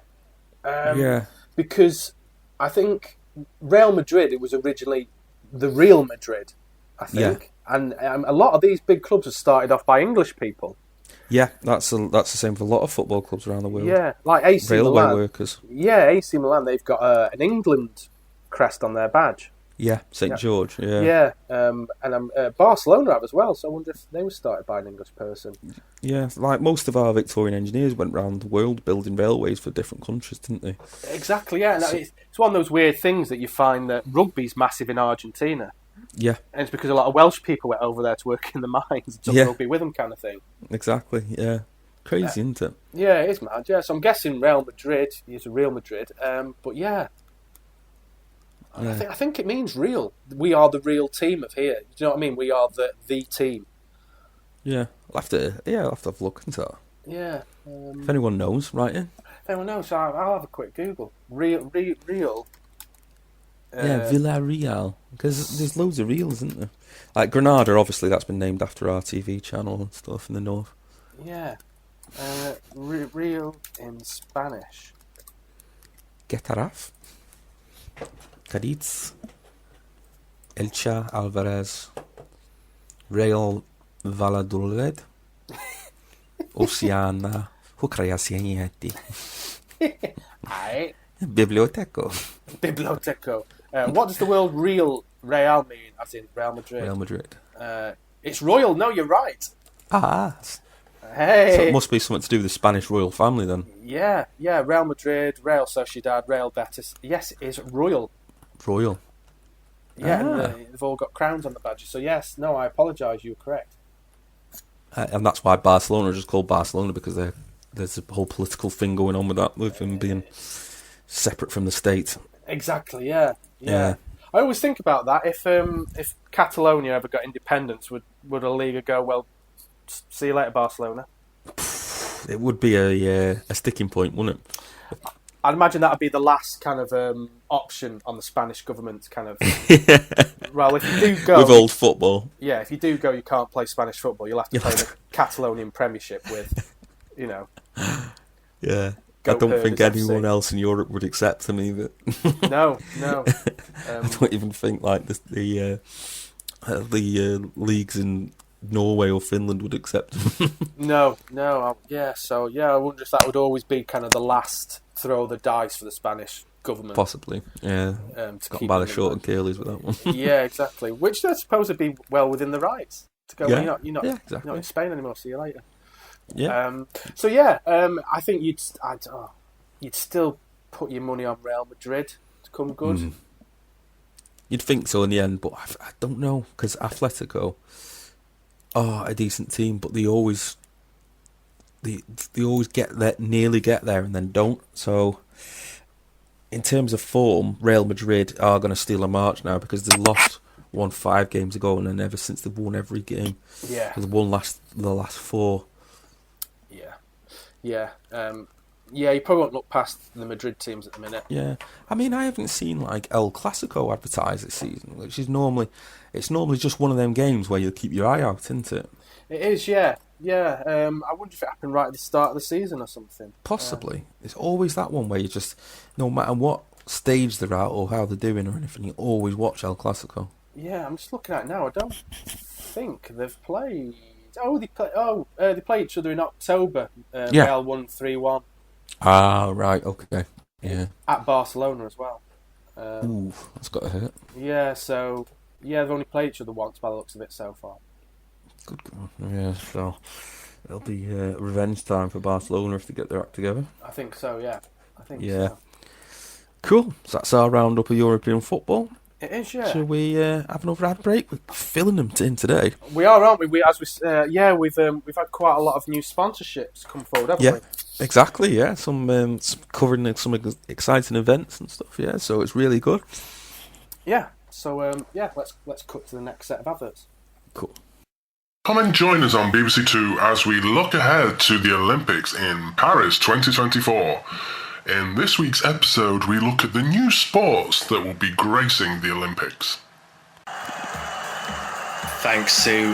Yes, welcome back to the Extreme Farting here in the Charles de Gaulle Arena. And you join us at a very good time as Steve Marsden of Team GB has just entered the arena and is taking to the table for his round 1 attempt. We have it under good authority, actually, from our sources in the Olympic Village, that Steve prepared very well last night for the Extreme Farting here, and he's definitely going for gold. We believe, and we've been told, that he ate 4 tins of beans last night, along with 3 cabbages and half a kilo of curried sprouts. Wow, Steve really is going for gold. Now, for newcomers to extreme farting, there are 3 disciplines on which the judges score each attempt. Those 3 disciplines are volume, length, and smell. Now, as with a lot of sport, each country has its speciality, and we Brits are typically all about the volume, and Steve certainly is. He's probably one of the loudest farters on the circuit this year. If you look at the French, they will be hoping to gain extra points with smell. Oh yes, the Frenchman, fresh as croissant. Who can forget, hey, in the World Championship last year in Doha, Francis let rip. And I wasn't actually lucky enough to be in the whiffing row at the bottom, but those who were there said it smelt like a wet Alsatian. And he actually caused a record 2 Asper attacks because of it. Absolutely marvellous. Olympics Road to Paris 2024 starts next week on BBC Two at 8 p.m.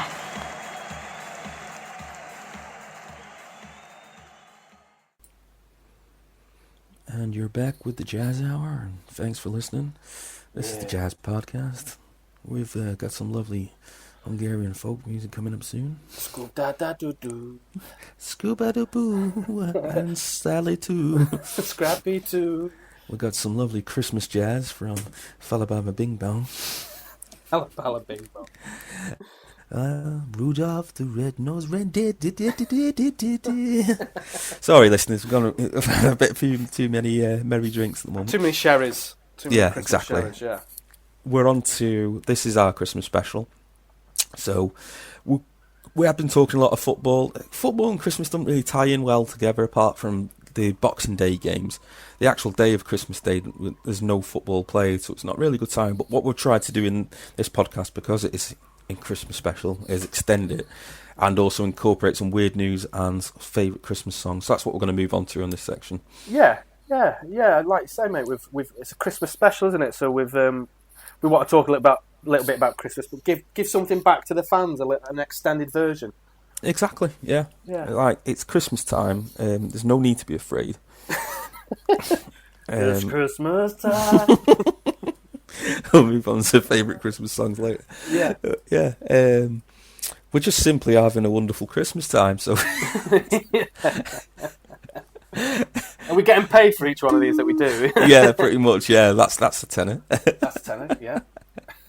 So let's step into Christmas, and we'll look at weird news first. Weird news, yeah. Do you want to go first, mate? Sure, Have you got yeah. any weird news for us? I've got a couple of weird news stories. I just want to highlight something before I go into them. Both of these stories and one of our stories from last month are from Russia. Yes. So Russia seems to be kind of the home of weird news. Hotbed of weird news activity. It is, yeah. There's something in the water in Russia. There must be something in the Volga. Yeah, and I don't know what it is. But it's strange, yeah. So my first weird news story, and it's not. It is weird, but it's not the most weird news we've had on the Talk of the Terraces. No, it's not like throw up in your hands weird. No, it's not. No. But the headline reads, "Coin removed from man's nose after being stuck for more than 50 years." A man has finally had a coin removed from his nose after it was stuck for more than half a century. Is this Russia? Is this Russia? Is what you say? Is this Russia or is this rubbish? No, is this Russia? It's in Russia. The 59-year-old unnamed Russian man was aged just 6 when he wedged the money into his right nostril. But he was too scared to tell his strict mother and then later forgot about it. The man apparently managed to live for the next 50 years, unimpeded by the blockage until recently started complaining he could not breathe at all in his right nostril. Oh my God. Yeah, and basically he's gone to hospital, they've scanned his nose, and they've found this coin, and he's gone, "Oh God, yeah, that happened when I was 6. Mustn't he have, like, lost the sense of smell or anything? Or, like, must have been lodged on its side or something? I wonder how big the coin is. Equivalent to our kind of 5p. You'd think you'd know about anything bigger than that, wouldn't you? Yeah, possibly. It's probably a Soviet coin, so you never know. You're quite right. Yeah, it was a USSR Yeah. kind of embossed coin, and it went out of circulation in '91. It does have the hammer and sickle on the coin. Yeah. And it's got a happy ending. The man has regained full nasal breathing. Excellent. I'm just reading if there's anything else. You can smell the money. Yeah, and then it just says, England has got a similar story. 5 years ago, a man had a sneezing fit and sneezed out the tip of a toy dart. Oh my God. And that had been up his nose for 44 years. I can see how that's happened. Yeah, well, that was up his nose for 44 years, and once again, he'd forgotten about it from when he was a child, and he'd just put the problems from the years before down to hay fever. You'd think that you'd go, God, I remember that time I snorted that tip of that dart. I wonder if that's what's causing the problem. I don't know, you'd think so, wouldn't you? But you don't know. Like, when you're 6, I can't hardly remember anything when I'm 6. I was 6 now, so it's like, it is possible, but surely I don't know, you must just get used to it. It's amazing how your body adapts, isn't it? The skin must have grown over it or something. Yeah, I mean, you don't realise you're ill until someone tells you you're ill. Yeah. You know, when they do something, get it out, operation, do whatever, and then you go, oh God, I feel a lot better now. Yeah, I can breathe. Yeah, I thought people couldn't breathe through their nose. Yeah. I didn't realise that was a thing. I always wondered why I wasn't interested in food. Oh, well, at least that happy ending. It's happy ending. Yeah. Yeah, my second and final story stays in Russia. And this headline, is a cracker. Hey. Here we go. Russian woman marries her briefcase.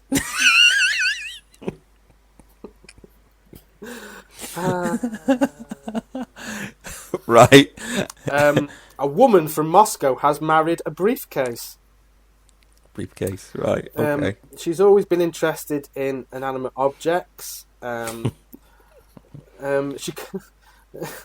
briefcase, her husband, should I say, is called Gideon. She says she first met Gideon back in 2015 in a hardware store. As you do. I had no idea that we would end up together, she said. I admired how he looked, but I didn't think anything more. But then I started liking Gideon for more than that. I slowly realised I was starting to fall in love. Oh, lovely. Can you imagine the wedding night? Yeah. Oh, this could be. Can we get a pun? Yeah, this could be one. We'd have to think of this one. Case closed. No.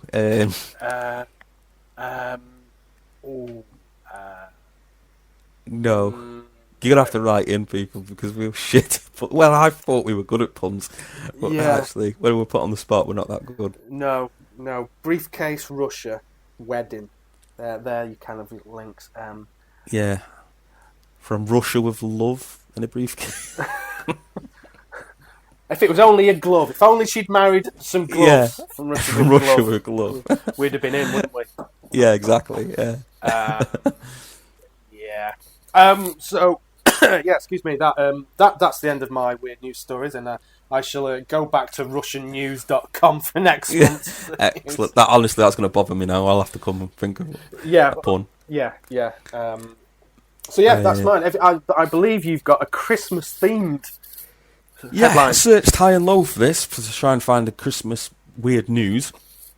I'm probably just going to jump into. We're going off to America this time. It's usually top of the league in terms of weird noises, weird news, and noises. But I think they have been supplanted by the Russians. I think they're really, especially with marrying suitcases and stuff. I think that's really that's put the cat amongst the pigeons. So, paragliding Santa crashes into power lines on his way to deliver candy canes to children, and was left dangling for an hour. A man dressed in Santa suit got sleigh-shaped paraglide caught in power lines in Rio Lindo, California. Apparently, he was on his way to deliver candy canes to local community in the Lightcraft, which is a nice idea. There's good intentions behind it. Yeah. But you'd have to learn how to fly it first. If you had an idea like that, like, I'm going to drop Easter eggs from a helicopter and a parachute, it's probably best knowing that you know how to operate a helicopter before you do it. Yeah. He was left dangling from the wires up for an hour. He's pretty lucky, because if you go into any power lines, as we know from them 70s health and safety videos. Oh, the kid going fishing above a power line. Yeah, exactly. And his hair's all on end, and he turns like he's charred. Yeah. Unfortunately, because of it, around 200 Sacramento homes lost power. And electricity was turned off to get him down. He wasn't injured. But yeah, it did have an effect. And he was injured. There is pictures of it online, and it is pretty hilarious to see him being pulled out of his cart and stuff. It kind of looks like Boris Johnson when he got caught on that zip line wearing the British stuff. Yeah. So, yeah, that's it. That's the weird noise. That's the festive weird news I've got. Yeah, and once again, there's a pun in there somewhere. There is. About Santa got stuck caught. up the power line.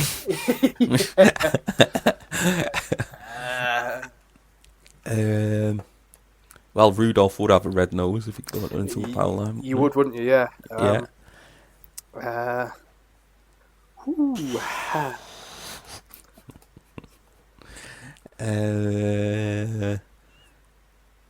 No. No, we'll give up on that one. Yeah. Sorry, listeners. Yeah, do you know what I'm going to start to do from now on when I've got these headlines? Kind of think some puns Rewriting the puns. Yeah, that would be so professional, wouldn't it, of us? It would be. And then pretend that you've just thought of it on the spot. Exactly, yeah. And then we'll do canned laughter. And then we'll just stick some canned laughter in, yeah. Exactly. They've got, out of those two stories, there's got to be some cracking puns in there somewhere. There has, yeah. Listeners, yeah, please write in. Yeah, if you have any pun ideas, please let us know, because we're obviously failing miserably. Yeah, hashtag TOTT, isn't it? Yeah, TOTT, Talk of the Terraces. You can go on there and see me and Goalie wearing our festive underpants. Yeah. You'd want to see that. Yeah. Joking. Yeah. Mine does glow red, but it's not because of the underpants. So, closing off the show today, I think it's only right. We usually like to do our favourite all-time albums as a bit of a close-off. Obviously, we're big music fans as well as also big football fans, big comedy fans. But as it's Christmas, there's not really a Christmas album you can say is your favourite. There's like loads of compilations and everything. But yeah. I thought instead we'd do like our all-time go-to. It's 1st of December, Christmas song. Which song are you putting on? Which is your absolute favourite? Yeah. So, who wants to go first? Go on, you go first. Right. Mine has got to be... I've actually got two really big ones. I'll say the two, and then I'll make a final decision then, like X Factor style. Oh yeah. So the first one is "Pipes of Peace" by Paul McCartney. Oh yeah. Now the reason I like this one is I'm a history buff. I like and I'm fascinated by the Christmas truce, First World War, when 1914 they just stopped fighting, traded drinks, had a sing-song and had a game of football. Yeah. I think England lost that match. I think that game of football. Yeah. There was a corporal, Hitler or something, was going offside with his hand like that. So I think they lost that match. Yeah, unfortunately. We did win the war though. So yeah, we did win the war. Yeah, eventually. Yeah. So, but that song by Paul McCartney, "Pipes of Peace," not necessarily the words, but I just love the video, and it always reminds me of me and James being in our favourite club back in the old days in Crewe. We always used to put that one on, that song, at Christmas when we were tanked. Yeah. Yes. And it always reminds me, and it's an allude to that and the history and the significance of that moment. So Yeah. it's one I always love. And I'm a massive Paul McCartney fan. Well, yeah, exactly, yeah. And that's one you introduced to me, actually. Yeah. I'd never heard of it until you played it. Yeah, but it's Paul's had two Christmas. Yeah, two massive Christmas songs. Mulligan Tie was a Christmas number one as well, I think. Yeah, it wasn't Christmas themed, was it? But it was Wasn't kind of Christmas released themed. around that time, wasn't it? Yeah, it's that thing like the Beatles have had like 6 Christmas number ones. Yeah, but none of them just not festive. Yeah, She Loves You was Christmas number one, and yeah, whatever. Yeah. The other one that's a contender for my favourite Christmas one is probably the oldest Christmas carol ever. Oh. It's Gaude, and there's a version done by Steel Eye Span. Now it's very old and it's spoken in Latin. There's no instruments, but it's been immortalised by Alan Partridge when he's driving in his car to the Owl Sanctuary with that receptionist that he fancies, and he goes, "Put this on, it'll knock your socks off." Gaude, Gaude. Yeah, so it's been immortalised by him and that. But that's when I know it's Christmas, when I've heard that one. Wow. Yeah. So it's probably England's oldest, if it is English, it's oldest Christmas carol. Wow. Spoken in Latin, but it's really nice and it's very festive. So I'd probably have to tip for that one because that's the most Christmassy. Yeah, well, I feel like a bit of a numpty now because I've kind of just played it straight down the middle. Yeah, but mine are a bit out there. Like I love Christmas. Like I love Do They Know It's Christmas? I love Last Christmas. I've always got a soft spot for that one. I always put that one on. I love also Queen. Thank God It's Christmas. Yeah, I discovered that this Christmas. Yeah, which is quite appropriate considering the year we had. I don't know why that one hasn't been pushed to number one. Because Thank God It Is Christmas, even though it's still gone rubbish. Yeah, I've only discovered that this year. Yeah, that great song, isn't it? Yeah, it is. Yeah. Yeah. So what about you, mate? I mean, you give a brilliant narrative around your choices. And my favourite Christmas song is Slade. Merry Christmas, everybody. Because Noddy wrote that song in 1968 when he was on a train to Wolverhampton, and he was feeling a bit down. There's no backstory to it. It's just my favourite Christmas song. It's the thing is it is an iconic Christmas song, isn't it? It is, and it makes millions for Noddy Holder every year. Yeah, he has never had to do another tour or anything like that. Well, no. I mean, Slade, up until a few years ago, I think was still touring, but obviously without Noddy Holder.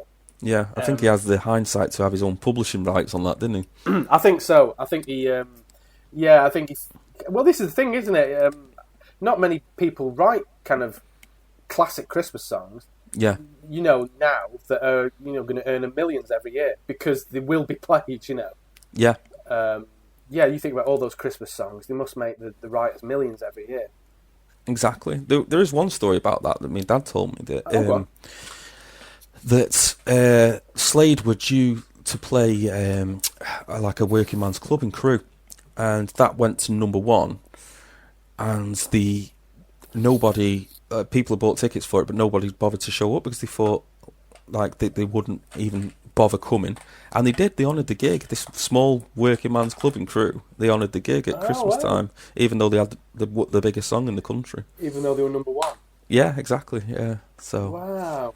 Yeah, a little bit of history there. Yeah, a little bit of local history. Yeah, well, so you've provided some narrative around 3 songs, including my favourite one. And I just went, Slade. Yeah. Have you got any other contenders?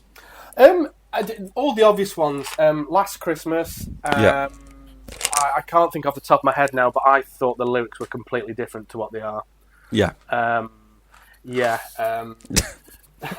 There is a Christmas album that I do like, and it's kind of all within my Christmas playlist. But it was it was produced by Phil Spector, who's obviously Yeah. What's the matter with you, Philip? Yeah. Which is it's called A Christmas Gift for You from Phil Spector. And it's from like the early 60s. And it's basically all the Motown artists of the time singing kind of all the Christmas classics that were around at that time. So White Christmas, Frosty the Snowman, Santa Claus is Coming to Town, Rudolph the Red-Nosed Reindeer, I Saw Mummy Kissing Santa Claus, all that kind of stuff. It's one of those albums, actually, that when you hear each song and each version of a classic and something you thought you'd not heard before, you will kind of go, oh, God, I remember that used to be on that Christmas advert a few years ago. Yeah, it gets plucked from nowhere, doesn't it? And then you see, yeah. And the reason I found that album, there was a song for a Christmas advert a few years ago, which was obviously called Marshmallow World. Yeah. And then I found back what version it was, found it was on this album. And, I'm kind of, I'm quite into my Motown music. Yeah. So, that is a really good Christmas album. It's probably the best compilation Christmas album. I've seen his links, that mate. I've listened to There's a link, yeah, and it's all in the style of Motown. I love Motown music. You forget that Phil Spector was hell of involved with Motown, don't you? Before Exactly, yeah, it was his thing. So that is probably the only album I'd go to. I remember in the Limelight, this old club that we used to go in Crewe, and you used to always put on Mariah Carey, All I Want for Christmas. Yeah, that song always reminds me of school discos. Yeah, it does to me as well. 7, 8 years old, and it was always a song that I used to love the most. Girls drunk off vodka lollies, singing along to it and stuff. Yeah. So that and what's the other one? That White Christmas. That reminds me whenever we used to do like a Christmas play at school. Each year we all sang White Christmas last. Yeah, like the whole school got on the stage and sang White Christmas. Old Bing Crosby one. The kind of Bing Crosby style, yeah. Yeah. So White Christmas and Mariah Carey, they always remind me of being a kid at Christmas. Yeah, I think it's hard to pick one, isn't it? Because when it comes to Christmas time, you always pick a bunch of them, don't you? So. Yeah, exactly. Yeah, and I think we've said before, probably the last or the most recent proper Christmas song was "The Darkness." Yeah. Don't Let the Bells End. I forgot about that. I love that song. It's a proper Christmas song. Yeah, in the style of a Christmas song. Exactly, yeah. It's got bells, and they don't end. About Christmas. They don't end. Don't let the bells end. Let it be Christmas Day every day. I didn't realise a subtle joke of that until years later. Yeah. Completely lost on me when I was a teenager. Exactly, yeah. But so that's hopefully got everyone in the Christmas spirit now, I think. Exactly. I hope you're all in your festive jumpers now. Yeah, well, I've got my festive jumper on, actually. And my festive jumper is a festive jumper of Stranger Things. Oh, is it? Yeah. Ah, right, okay. Yeah. I haven't watched that yet. First series, brilliant, and they gradually get not so good. Yeah, that's the same with all American series, pretty much. Exactly, yeah. I mean, I know that and that's really off topic now, isn't it? Yeah. But yeah, that's my Christmas jumper. Excellent. Yeah. Okay then. Well, I think that's all. Everything for now. Have we got any more adverts? Or have we done them all? We've done them all. They're all been used up. Yeah. Right. We have got some extended adverts that obviously we couldn't fit into the podcast. Yeah. Which I think we're kind of just going to put onto the. We're going to set up a YouTube channel. We'll put the podcast on there, and we'll also put up the extended adverts that our sponsors have asked for, but we couldn't fit in the podcast. So much demand. So much demand. So yeah, we're going to put them on as standalone adverts on the YouTube channel. Exactly. So be sure to tune into them to have a listen. Exactly. Yeah. But yeah, that's it for us for 2020. As we look ahead to hopefully improved 2021. Yeah, exactly. And we want to wish everyone a happy Christmas and a safe Christmas and a safe New Year. Yeah, absolutely. Merry Christmas, everyone. Because it is the season to be jolly, but also jolly careful. Don't see your family. See your family, but be careful. Yes, exactly. Yeah. Thanks God for our illustrious leader. Yes, absolutely. Excellent. Well, have a Merry Christmas, everyone. Merry Christmas, everyone. Merry Christmas, mate. Be safe. Merry Christmas, mate. Have a good one. You too. See you later. Bye.